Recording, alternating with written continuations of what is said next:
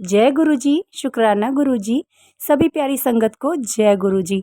संगत जी, आप अगर इस चैनल पर नए हैं तो चैनल को सब्सक्राइब कर लीजिए ताकि हमारे आने वाले सत्संग आप तक पहुंच सके। जय गुरु जी का हर पल शुक्राना। संगत जी, गुरु जी कहते हैं कि सत्संग सुनने और सुनाने वाले दोनों का ही कल्याण होता है, इसलिए सत्संग को ध्यान से सुनिए।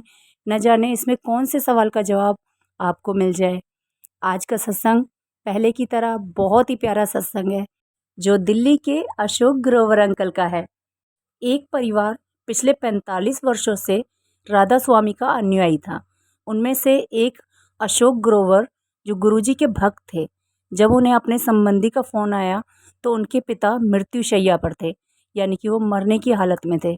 तो वह तुरंत घर आ गए।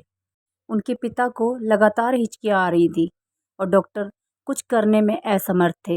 अशोक गुरुजी को पूरे रास्ते याद करते हुए उनको दिल्ली के अपोलो हॉस्पिटल में ले गए और आईसीयू में एडमिट कर दिया। उनके पिताजी का शुगर 700 पहुंच गया था और आंतों ने कार्य करना बंद कर दिया और हिचकियाँ उनकी भांति धीमी हो रही थी। डॉक्टर ने आशा छोड़ दी और कहा कि आप इन्हें घर ले जाइए। उसी समय अशोक को आभास हुआ कि अब उनके पिता स्वस्थ हैं और चिंता करने की कोई आवश्यकता नहीं है। अशोक को एक आवश्यक कार्य के लिए बाहर जाना था, अतः वह गुरुजी की आज्ञा अनुसार बिना किसी सेवक के अपने पिताजी को हॉस्पिटल में छोड़कर चले गए। अगले दिन अशोक बहुत बिजी थे। उन्हें हॉस्पिटल में बात भी करने का टाइम नहीं मिला। जब वे वापस आए तो उन्होंने अपने पिताजी को रोते हुए देखा।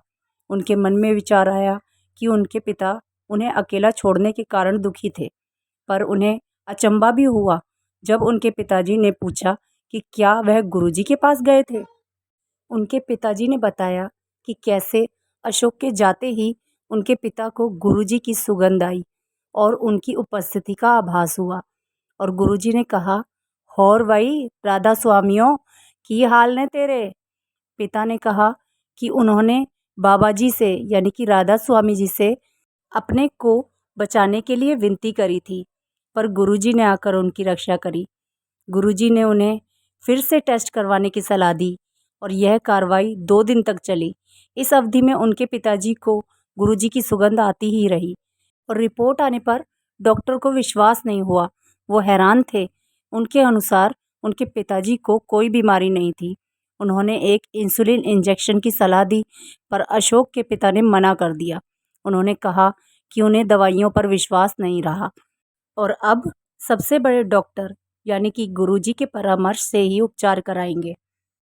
एक सप्ताह पश्चात अशोक के पिता गुरुजी के पास आए और गुरुजी ने वही शब्द फिर से कहे, "और भाई राधा स्वामियों, की हाल ने तेरे?" फिर गुरुजी ने उन्हें बताया कि उन्होंने उन्हें नया जीवन प्रदान किया है।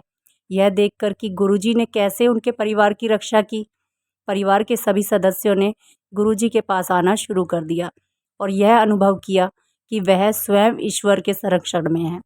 ऐसा ही एक और सत्संग है संगत जी कि कैसे गुरुजी ने अपने भक्त के उद्योग की भी रक्षा की। गुरुजी ने एक बार अशोक को आदेश दिया कि वह अपना कारखाना बंद कर दे और अपने सभी यंत्र और औजार सब कुछ बेच दे। अशोक को पता था कि गुरुजी के इस आदेश का पालन करना होगा। अगले 15 दिन अशोक इसी में व्यस्त रहे। मशीनें खरीदे हुए दामों पर बिकी और बाकी सब सामान भी हानि रहित दामों पर बिके। उन्हें कोई हानि नहीं हुई। किसी को समझ में नहीं आया कि गुरुजी ने अपने भक्त को अपना व्यापार बंद करने का आदेश ही क्यों दिया। 3 सप्ताह के बाद वह व्यापार पुरातन घोषित कर दिया और कई लोगों को भारी घाटा उठाना पड़ा, पर अशोक बच गए। उन्हें स्वयं परमात्मा ने बचाया। गुरुजी के आदेश का पालन करने में सदा लाभ ही रहेगा, क्योंकि वह कभी अपने अनुयायी के भले के अतिरिक्त कुछ नहीं कहेंगे। ऐसा ही एक और सत्संग है संगत जी।